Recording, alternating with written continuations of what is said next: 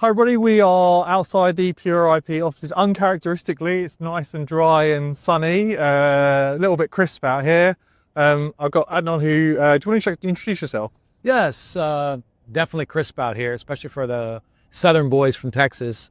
But yes, Adnon Dow, Pure IP Chief Strategy Officer, and really looking forward to speaking with you all. Awesome, so this is the first time I've got you on camera. You've been in place for a while now. First off, can you give us a little bit of history and context of your role and how you've come into BCM/Pure IP and what we're doing? Yeah, no, absolutely. So, not new to the industry, obviously, 30 plus years, ex-Cisco, Motorola. You know, my background is predominantly carrier satellite infrastructure. So I've been in the industry for a while. The CEO and myself, Sandy Preisler, have worked together at Cisco, at Avaya, Motorola in the past, over the last 2 decades.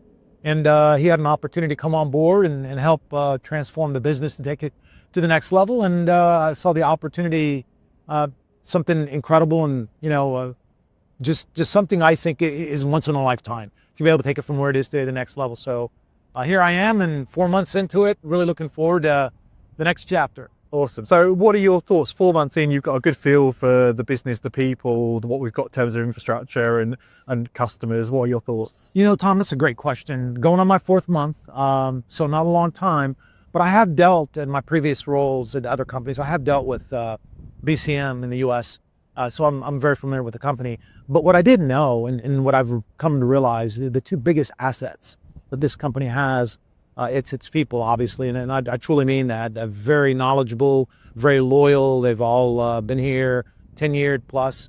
Also the network assets, global footprint, 80 plus countries, very unique positioning in the market. And I believe with those 2 things, not only are they unique, but I think it's the fundamental platform that's going to help us go to the next level. So in my 4 months, not surprised, but obviously very optimistic in what holds the future for us. Awesome. And I know from an industry perspective, kind of on the outside, I saw some of the things you guys did at Bandwidth, which is really interesting at your time there. I guess can't share everything yet, but what are your thoughts going into 26 for Pure IP and BCM1 and kind of what we're doing? Yeah, look, I think the big picture is that we want to leverage our assets, first of all, not only our people, but our infrastructure. Many people may not know this, but we're private equity held. There's been over 7 companies that have been acquired over the last 5 to 7 years. You get different platforms, different capabilities, different knowledge sets across the business. So 1, we want to consolidate. 2, we want to unify all those assets so we can leverage and optimize and rationalize what we're doing.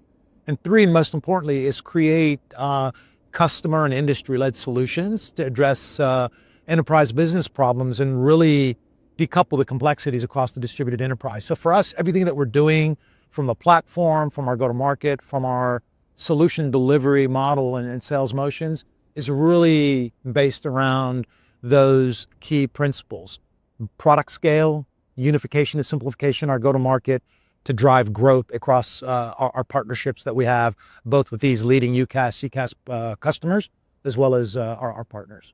Yeah, I think it's really interesting. Obviously, we've long heritage with Microsoft and Teams and Skype and Operator Connect, but more recently Cisco and Zoom as well.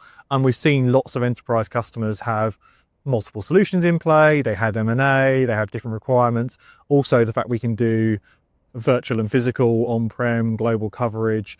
I like your vision for how you're thinking about bringing that together as a solution, and kind of very, not we're particularly aligned to one UCaaS, but actually we're aligned to the customer requirements. You know, Tom, that's I think that's a point that a lot of folks one either overlook or just don't address. One of the things in my long career, having lived globally for many years and seeing the complexities across businesses, whether small, medium, or large enterprise, the biggest challenge they have is complexity. The complexity around multiple carriers, around going from on-premise to cloud, irrespective of their UCaaS, CCaaS, or their data infrastructure. And what you see is a lot of focus on, hey, I can take you from where you are to where you want to go, but it's a rip and replace. Where we're coming from is really meeting the customer where they are and meeting them on their terms and giving them a migration and evolutionary strategy based on their terms. Yeah. and we just move them along and help them transform. And I think that's the difference and the problems that we're trying to address in the market versus some of the other players that are in there. And obviously, we got the big relationships with all the big major UCaaS and CCaaS players. That is the foundation of our strategy. Awesome. And what's your take on how much of this is a technology problem that we can solve with interfaces and platforms for customers, and how much of this is we need the people skill? Because obviously we've got both in-house at the moment. Where's your line on that? Wow, that is a good question. So look, I think there's two sides of it, right? What you're seeing is the mass adoption of technology, and you're seeing it happen rapidly. What that means is there are a lot of skill set gaps in the market, in the enterprise. Yeah, because I'm seeing that enterprises are struggling to hire real high quality SMEs. Even the big ones who work, the banks and the financial services and the pro services, they've got budget to have teams. They don't necessarily want to run a global team of that scale, or if they do, the skills aren't there because they've moved to service provider, multi-customer. This is spot on, and that's the big problem that they have. They want to outsource their technology. They're using technology for a means to an end. Let's like you're a hospital, you're an aviation company, you're a manufacturer, whatever you do, that is your core business and your core competency, not technology. You're using technology as a means to an end. Yeah. So they're looking to companies like ourselves to help them augment their staff and bring in the experts in the areas to help them evolve from where they are and transform their business. And so it's not so much the technology and the features and functionalities, which are very important.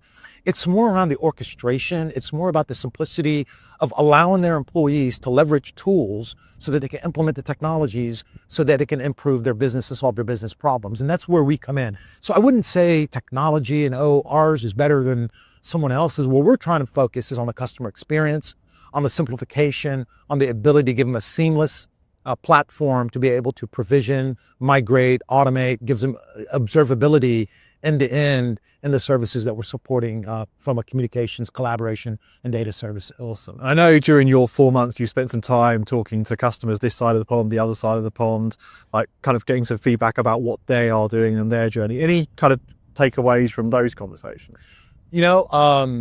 Obviously a lot. I think the two that for me that would kind of distill down to kind of the main issues or challenges is, one, they're looking at how can you help me solve my business problems because I don't have the people internally to get there on my own. Yeah. And as you talk to more and more CIOs and CTOs, they're really looking to their partners, and they're looking to consolidate the number of partners they have, whether it's a technology stack or whether it's the carriers, right? They've got many carriers, they've got many vendors. I call it, technology sprawl. Yeah. They want to solve that problem. Particularly when they're on a cloud journey, like they've gone and outsourced the platform piece to Cisco, WebEx, Microsoft, others. We've outsourced that piece, but yet we're still holding the ball on the most critical part of the infrastructure. Spot on. So it's legacy, moving from a legacy infrastructure to an innovative infrastructure that is the latest and greatest based on IP and based, wrapped with AI and all the capabilities that they need, modernizing their core technology infrastructure, their telecommunications services, moving to more of service-oriented architecture where it's not monolithic in the platform, bringing in the right people to help them, and then reduce and consolidate the number of partners they do business with. And that's the problem we're trying to solve. So one partner, one platform, one invoice, one go-to-market. And that's really the key in what we're trying to focus. Awesome. Well, this is the first time I've got you on the videos, but we're going to do more into next year, and there's more to talk about as we get there. But for now, nice to do something for the first time. And thanks. It's a pleasure. Looking forward to it. Cheers, Thank you very much. Have a good day.